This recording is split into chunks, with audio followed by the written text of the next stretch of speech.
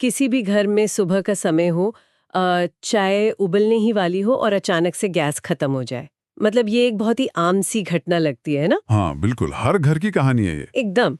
और आम तौर पर इसका समाधान भी बहुत सीधा होता है। गैस एजेंसी को फोन किया या आजकल तो ऐप पर एक बटन दबाया और बस कुछ ही घंटों में एक नया भारी भरकम लाल सिलेंडर रसोई में पहुंच जाता है। सही बात है। लेकिन हमारी पूरी दिनचर्या, घरों का सुकून इस एक साधारण सी दिखने वाली व्यवस्था पर टिका है। पर क्या हो अगर हम इस तस्वीर को थोड़ा बड़ा करके देखें? कल्पना कीजिए कि देश के करोड़ों घरों में बन रही इस सुबह की चाय का सीधा कनेक्शन दुनिया के सबसे नाजुक और खतरनाक समुद्री इलाके से है। और यही बात लोगों को पता नहीं होती। बिल्कुल। अगर हजारों किलोमीटर दूर समुद्र का एक छोटा सा रास्ता, और एक ऐसा रास्ता जिसका नाम शायद बहुत से लोगों ने नक्शे पर कभी देखा भी ना हो, वो अचानक से बंद हो जाए, तो उसका सीधा असर इस बात पर पड़ेगा कि आज रात देश के करोड़ों घरों में चूल्हा जलेगा या नहीं। देखो, ऊर्जा की दुनिया में ना इसे ही सिस्टम का सबसे बड़ा डर माना जाता है। और यहाँ जो सबसे दिलचस्प बात है, जैसे हम व्हाट्स फैसिनेटिंग हियर कहते हैं, वो ये है कि ऊर्जा सिर्फ एक कमोडिटी या बाजार में बिकने वाला कोई आम उत्पाद नहीं है। हाँ। ये किसी भी आधुनिक देश की रीढ़ है।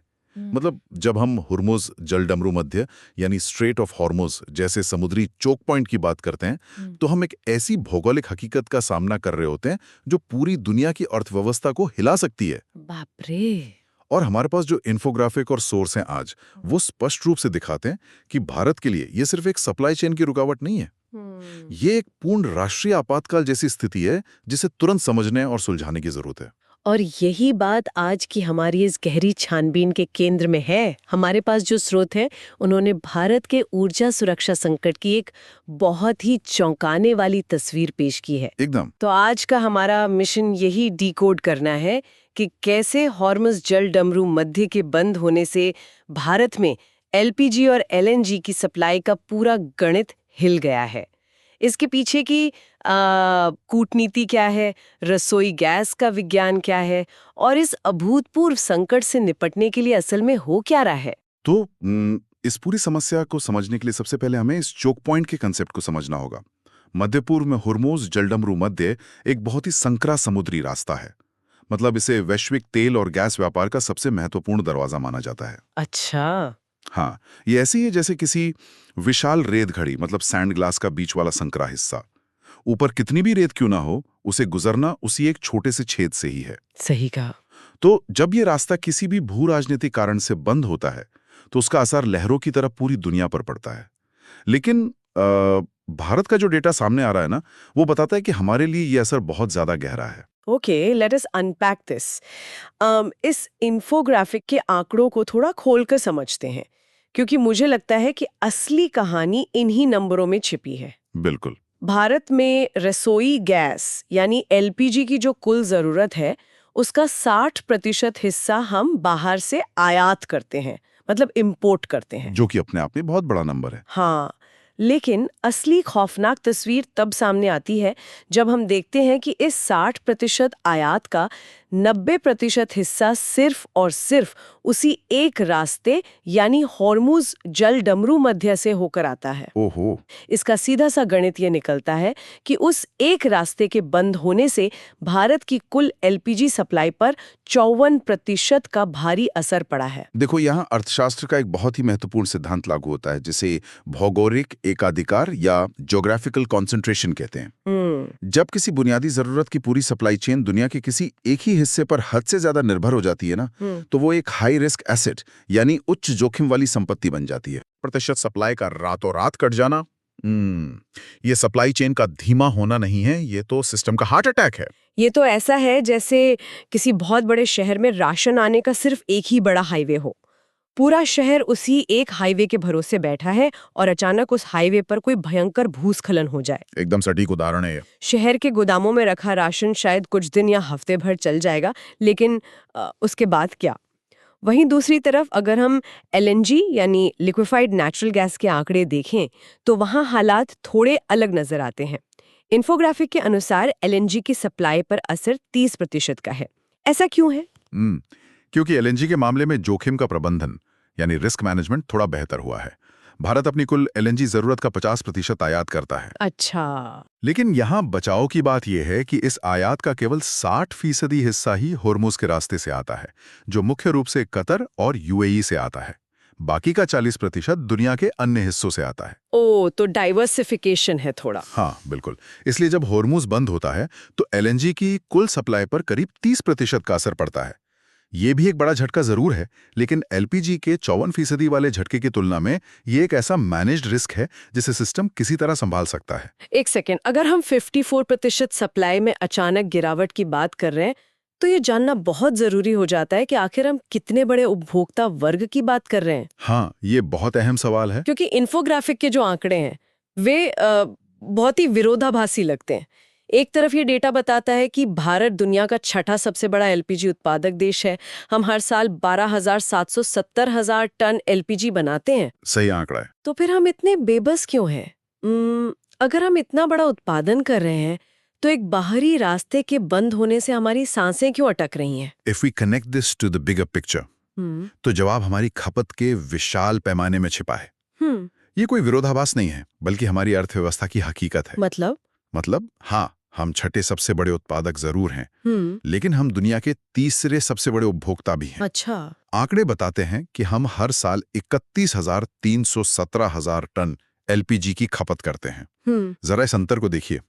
हम उत्पादन कर रहे हैं लगभग 13,000 का और जला रहे हैं 31,000 से ज्यादा। बाप रे, ये तो आधे से भी कम है। बिल्कुल। चीन और अमेरिका के बाद ये देश दुनिया में सबसे ज्यादा एलपीजी इस्तेमाल करता है। उत्पादन और खपत के बीच की जो ये विशाल खाई है ना, वही हमें आयात और उन समुद्री जहाजों पर इतना ज्यादा निर्भर बनाती है। और ये 31,000 टन गैस जा कहाँ रही है? इन्फोग्राफिक का ये हिस्सा मुझे सबसे ज्यादा हैरान करने वाला लगा। हाँ, वो नंबर्स बहुत विशाल हैं। देश में 33 करोड़ 30 लाख यानी 333 मिलियन घरों में एलपीजी कनेक्शंस हैं।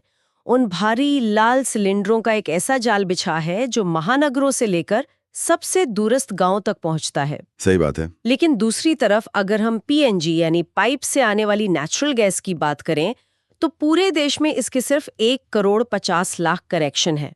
मतलब 33 करोड़ सिलेंडर बनाम सिर्फ 1.5 करोड़ पाइपलाइन वाले कनेक्शंस। ये फासला बहुत बड़ा है। और ये फासला असल में हमारी ऊर्जा नीति की ऐतिहासिक सफलता और आज की सबसे बड़ी कमजोरी दोनों को दर्शाता है। वो कैसे? देखो, दशकों से एलपीजी सिलेंडर को घर घर पहुंचाना एक बहुत बड़ी नीतिगत उपलब्धि रही है। एक ऐसा इंफ्रास्ट्रक्चर तैयार किया गया जहां ट्रकों और छोटी गाड़ियों से सिलेंडर हर जगह पहुंच सके। हाँ, गांव-गांव तक लाल सिलेंडर दिखते हैं। बिल्कुल। लेकिन पाइपलाइन बिछाने का अर्थशास्त्र बिल्कुल अलग है।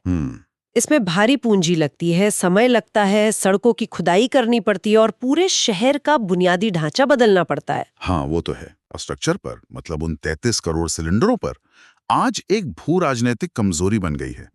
Here's where it gets really interesting. मतलब जब कोई इस पूरी स्थिति को बाहर से देखेगा तो एक बहुत ही स्वाभाविक सा सवाल पूछेगा। क्या सवाल? अगर एलपीजी की सप्लाई समुद्र में फंस गई है और हमारे पास एलएनजी है जिस पर सिर्फ 30% का असर पड़ा है, तो हम बस रातों रात लोगों को गैस बदल कर क्यों नहीं दे देते? हाँ। मेरा मतलब है, पाइप वाली गैस को सिलेंडरों में भर देते हैं, गैस ही तो है। लेकिन इन्फोग्राफिक के साइंस वाले हिस्से को देखने के बाद समझ आता है कि ये कोई प्लग एंड प्ले वाला मामला नहीं है।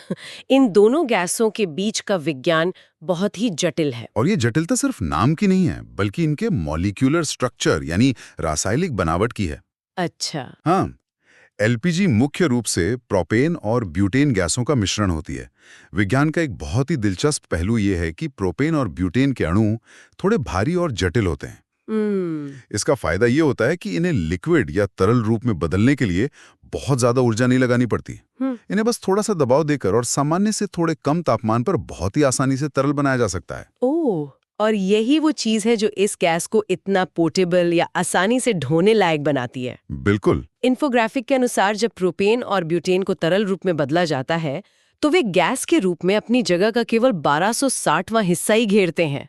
मतलब अगर गैस से भरा एक बड़ा सा कमरा हो तो उसे सिकोड़कर एक छोटे सूटकेस जैसी जगह में भरा जा सकता है। एकदम सही। इसी वजह से इसे छोटे लोहे के सिलेंडरों में भरना और ट्रकों के जरिए पहाड़ों या रेगिस्तानों तक ले जाना मुमकिन हो पाता है। हाँ, ये लॉजिस्टिक्स के हिसाब से एक सपना है, लेकिन इसकी एक बहुत बड़ी वैज्ञानिक खामी भी है जो सीधे सुरक्षा से जुड़ी है। वो क्या है? एलपीजी हवा से भारी होती है और ये कोई छोटी बात नहीं है। मतलब अगर लीक हो जाए तो? वही तो, जब किसी घर में एलपीजी सिलेंडर से गैस लीक होती है तो वो हवा में ऊपर उठकर खिड़कियों से बाहर नहीं निकलती। हवा से भारी होने के कारण वो पानी की तरह फर्श पर बहने लगती है, नीचे बैठ जाती है और कोनों में जमा हो जाती है। बाप रे, ये तो बहुत खतरनाक है। बहुत ज्यादा। ऐसे में बिजली के स्विच की एक छोटी सी चिंगारी भी एक भयानक धमाके का कारण बन सकती है। इसलिए इसे हर हाल में उच्च जोखिम वाला ईंधन माना जाता है। तो एलपीजी एक ऐसे भारी सूटकेस की तरह है जिसे ले जाना तो आसान है, लेकिन अगर वो लीक कर जाए तो वो एक अदृश्य खतरे की तरह फर्श पर रेंगने लगता है। बिल्कुल सही। लेकिन जब हम एलएनजी की बात करते हैं, यानी लिक्विफाइड नेचुरल गैस, जो मुख्य रूप से मीथेन है, तो उसे ट्रांसपोर्ट करने और स्टोर करने का तरीका तो ऐसा लगता है जैसे हम किसी साइंस फिक्शन फिल्म की बात कर रहे हों। ये इतना मुश्किल क्यों है? क्योंकि मीथेन का बर्ताव प्रोपेन या ब्यूटेन से बिल्कुल अलग होता है। मीथेन बहुत ही हल्का और आजाद किस्म का अणु है। आप इसे सिर्फ दबाव डालकर लिक्विड में नहीं बदल सकते, ये विरोध करता है। अच्छा, तो फिर क्या करना पड़ता है? इसे तरल बनाने के लिए क्रायोजेनिक तकनीक का इस्तेमाल करना पड़ता है। इसका मतलब है गैस को 0 से 160 डिग्री सेल्सियस नीचे यानी -160 डिग्री तक ठंडा करना। -160 डिग्री? हाँ, ये अंतरिक्ष की ठंड के बराबर का तापमान है। बाप रे! इसका मतलब है कि इसे इस तापमान पर रखने के लिए कोई साधारण स्टील का सिलेंडर तो बिल्कुल काम नहीं आएगा। बिल्कुल नहीं।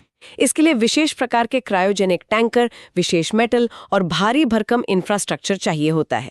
इसे साधारण ट्रकों या साइकिल पर नहीं ढोया जा सकता। एकदम से। हाँ, इसका फायदा ये जरूर है कि जब ये तरल बनती है तो ये अपनी मूल जगह का 16वां हिस्सा ही घेरती है, लेकिन इस तक पहुंचने के लिए केवल विशेष पाइपलाइन या बहुत ही एडवांस्ड समुद्री जहाज़ों का ही इस्तेमाल हो सकता है। और यही कारण है कि हम सिलेंडरों में एलएनजी नहीं भर सकते।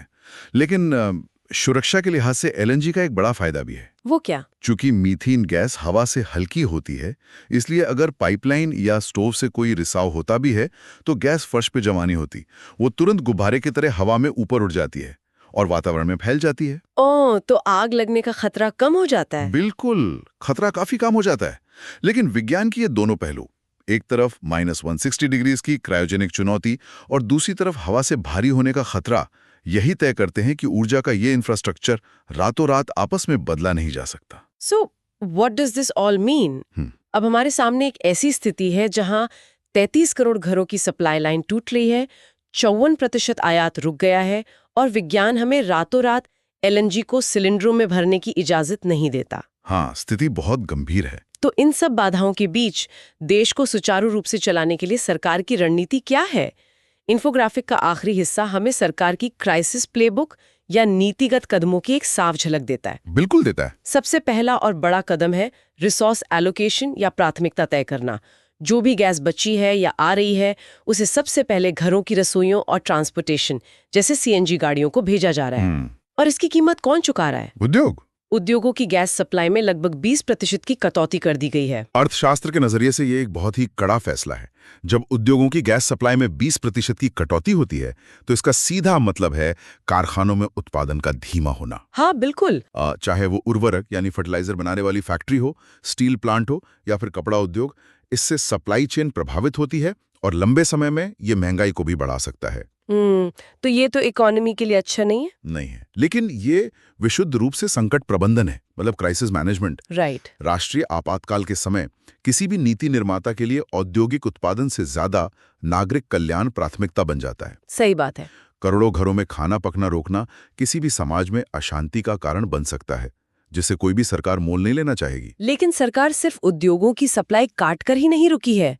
इन्फोग्राफिक के अनुसार एक बहुत ही आक्रामक पीएनजी पुश चल रहा है। हाँ। लोगों से अपील की जा रही है कि वे एलपीजी सिलेंडर छोड़कर पाइप वाली गैस अपनाएं, और कुछ इलाकों में तो सरकार ने मैंडेट यानी सख्त नियम लागू कर दिए हैं। बिल्कुल।